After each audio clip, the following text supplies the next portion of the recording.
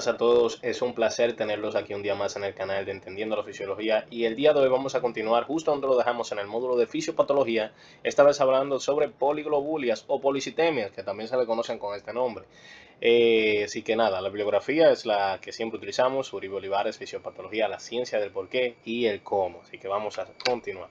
Y vamos a empezar por lo básico, definición de qué es una poliglobulia.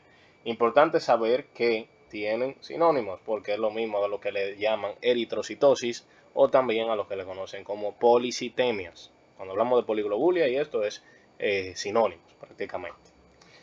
Es importante que sepan en qué consta esto. Básicamente una poliglobulia, policitemia, eritrocitosis, lo que consta es en un aumento de la masa eritrocitaria, llegando entonces a lo que viene siendo hacer un aumento del hematócrito como consecuencia. Y videos pasados explicamos en algún que otro momento que el hematócrito es una medida de cuantibilidad en cuanto a lo que es la porción de elementos formes de la sangre y la porción acuosa de la sangre, el plasma. Entonces, cuando el hematócrito aumenta en porcentaje, indica que la porción de elementos formes se está concentrando. Y cuando el hematócrito disminuye en porcentaje, indica que la porción de elementos formes se está diluyendo. Entonces, haciendo una medida indicativa de cómo va ese equilibrio de elementos formes y plasma.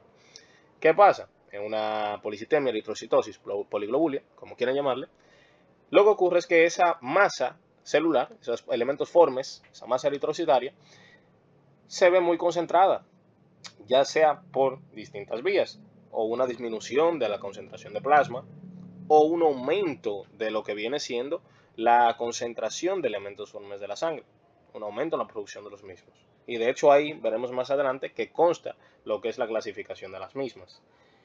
¿Qué pasa con esto y dónde viene el problema de esto? Es como si tenemos una tubería y por esa tubería tiene que pasar agua.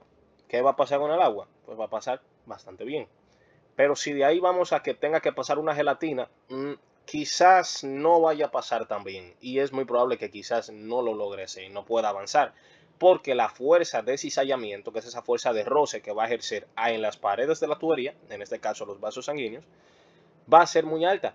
Y entonces eso va a frenarlo y no va a permitir que avance y llegue hasta el punto en el que tenga que llegar. Eso puede generar hipoxia tisular y por ende necrosis tisular. Y eso puede traer múltiples problemas. Y a su vez genera una alta tasa de aparición de trombos. Es decir, hay un riesgo de trombosis y otras complicaciones vasculares más como la hipoxia que ya mencioné.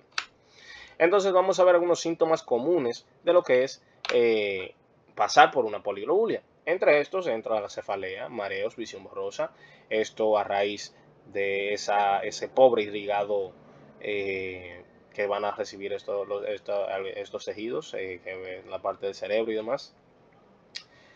Eritromelalgia, que es básicamente dolor en articulaciones, y vamos a notar que en este dolor en articulaciones se va a dar y vamos a ver que va a haber una pigmentación rojiza. En esa zona de pigmentación rojiza es que vamos a ver ese dolor. Y también prurito post ducha caliente. Como su nombre lo indica, esa sensación de comezón después de una ducha caliente. También, de los peores, tenemos la trombosis venosa o arterial. Y también se puede ver esplenomegalia, pero esto es más característico de una patología específica de poliglobulia, que es la policitemia vera. Entonces ahí venimos con lo que es la clasificación de las policitemias, porque aunque les hice un adelanto, pues ya deben ir sabiendo que estas tienen distintas fuentes etiológicas. Entonces, empezando por la que son las poliglobulias primarias, las poliglobulias primarias constan de que es el productor de la masa eritrocitaria de las células, los elementos formes de la sangre, las células de la sangre, el culpable de ese aumento en la concentración de los mismos. Por ende, son el tipo de poliglobulia, tal como dice aquí en el párrafo, en donde se ve aumentada la masa eritrocitaria por un trastorno intrínseco de la médula ósea. Es decir, que la médula ósea, sin que nadie le esté diciendo, constantemente está produciendo y produciendo y produciendo células que pertenecen a la sangre. Entonces, ¿qué eso hace? Esa producción excesiva, pues al final supera la porción de plasma y se aumenta el hematócrito y todos los demás elementos, ¿verdad? Que de esos síntomas que dije, pues empiezan a aparecer. Un ejemplo clásico de esto es la policitemia vera, en donde se ve afectado el receptor JAK2. Si quieren, más adelante podría grabarle algún video específico hablando de la patología policitemia vera, pero era apropiado antes de nada el hacerles el hincapié en lo que son las poliglobulias en general. Y ya más adelante pues podría grabarle un video de la policitemia vera específicamente. Ahora, hablando de las poliglobulias secundarias, seguimos hablando de poliglobulias en las cuales se está aumentando la producción de células formas de la sangre, de eritrocitos. Pero ¿qué pasa? Esto ocurre como una respuesta adaptativa patológica a una condición, un estímulo externo o extrínseco de lo que es la médula ósea. Es decir, alguien le está diciendo a la médula ósea, produce. Y el principal elemento, pues probablemente va a ser la eritropoyetina, que sabemos que es la principal hormona inductora de la producción de células formes de células de la sangre. Entonces, ¿qué podría generar esto? Pues bueno, aquí hay una pequeña falta ortográfica que debería ser EPOC. Y ahí mismo lo vemos. Enfermedades en las cuales, o sea, si se recuerdan, por ejemplo, cuando mencionaba los trastornos de la sangre, que en el primer video de este tema, que mencionábamos como normalmente trabaja la producción, ¿verdad?, de esas células de la sangre, pues si se recuerdan, mencionamos que uno de los estímulos es la hipoxia a tejidos. En la hipoxia a tejidos, pues lo que ocurre es que se fomenta a que se genere más eritropoyetina por parte de los riñones, específicamente cuando los riñones sufren de algún breve periodo de isquemia, pues entonces se fomenta la producción de eritropoyetina. Entonces la eritropoyetina pues ya hace su función en la médula ósea, ¿verdad? ¿Qué pasa? Si se recibe esto por X razón de una forma exagerada, esa hipoxia a tejidos, especialmente el renal, pues entonces vamos a tener un regado constante o una producción constante de eritropoyetina. Como consecuencia, se va a producir bastantes células formas de la sangre e incluso eso podría empeorar esa misma hipoxia que está recibiendo ese tejido. Condiciones como EPOC, apnea del sueño o vivir en altitudes fomenta que esto pueda ocurrir. También tumores productores de eritropoyetina directamente, ya eso no dependiendo de hipoxia, sino que directamente hay un tumor productor de eritropoyetina. Y también hemoglobinopatías con alta afinidad por oxígeno. ¿A qué nos referimos cuando mencionamos esto? Por ejemplo, les voy a dar el caso clásico de la intoxicación por el monóxido de carbono. Fíjense que lo que ocurre en este caso es que el monóxido de carbono es aproximadamente un 80-90 veces más afín a la hemoglobina que el oxígeno. ¿Y qué piensan que va a pasar? O sea, se va a unir muchísimo más rápido que el oxígeno, no le va a dar espacio al oxígeno, pero el monóxido de carbono se une con tal afinidad que primero no se puede liberar a los tejidos. En segundo lugar, si se pudiera liberar, no le va a servir de nada a los tejidos. Entonces, todo esto hace que, en resumen, el tejido entre en hipoxia. Y por eso entonces se genera esa hipoxia que ya se mencionó, porque aunque esté llegando la sangre al tejido, o sea, sorpresa, no está llegando oxígeno. Y como no llega oxígeno, es lo mismo con hipoxia. Y entonces por eso el culpable no es tanto alguna obstrucción que haya o demás, más bien que la hemoglobina se está uniendo a otro sustrato o más bien puede estar uniendo el oxígeno, porque puede estarse uniendo el oxígeno, pero se está uniendo con una afinidad muy alta, lo cual está impidiendo que el efecto Bohr ocurra. Y entonces eso hace que el oxígeno se vuelva muy... esto es cambiando de que no sea monóxido de carbono, se lo estoy poniendo por el oxígeno y ya.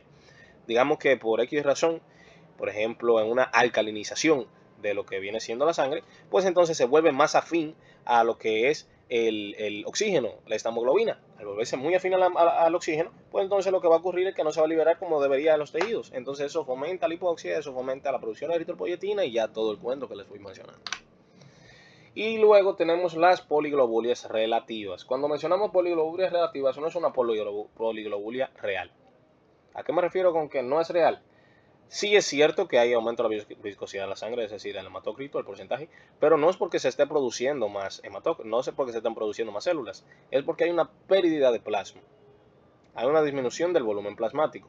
Por ende, si se pierde el plasma, aunque tengamos la misma cantidad de células, de eritrocitos, básicamente, se van a concentrar más. Es lo mismo como si tuviéramos un colador, preparamos un jugo de, no sé, de sandía, que tenía todas las semillas adentro, y entonces cuando lo colamos, aunque en una primera instancia dentro de todo el jugo no notamos las semillas, cuando se cuela el jugo, vemos que en el colador quedan todas las semillas, pero no es como que empezaron a haber más semillas y por eso la empezamos a notar, simplemente que se perdió ese líquido y por eso se la vemos concentradas, ya la vemos firmes ahí. Entonces es lo mismo que pasa aquí. Ejemplos del que podría generar esto: deshidratación severa, estrés crónico, eso más específicamente en fumadores, y el uso de diuréticos. ¿Cómo podríamos diagnosticar a un paciente con poliglobulia? Pues bueno, por varios criterios. Primero, en el hemograma vamos a evidenciar una hemoglobina superior a 16.5 gramos por decilitro en hombres o 16 gramos por decilitro en el caso de mujeres. Y un hematócrito superior al 49% o 48% respectivamente. 49 para hombres, 48 para mujeres. Por otro lado, la eritropoyetina sérica, dependiendo del tipo de poliglobulia, va a verse alterado o no, y ya se los expliqué. Si estamos hablando de casos de poliglobulia primaria, ¿cómo esperamos ver a la eritropoyetina? ¿Normal o baja? ¿Por qué? Porque ahí el principal actor en esa generación de poliglobulia es la misma médula ósea. Por ende, la eritropoyetina no pinta nada. Pero en una poliglobulia secundaria sí esperamos la eritropoyetina alta. Y por otra vía, esto ya es más específico de una enfermedad como tal, que es la policitemia vera, que es ver una mutación en el gen JAK2 V617F.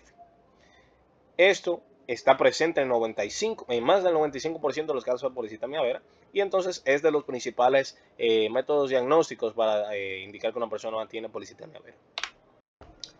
Y finalmente tenemos los estudios de imagen. ¿Por qué pensarían que un estudio de imagen nos podría permitir diagnosticar poliglobulia como tal? O sea, realmente no nos permitiría diagnosticar poliglobulia específicamente, nos permitiría saber la fuente etiológica de la poliglobulia, que sería evidenciando un tumor secretor de eritropoyetina, que entonces podría ser un método diagnóstico para ver la razón de la poliglobulia secundaria que esté teniendo el paciente.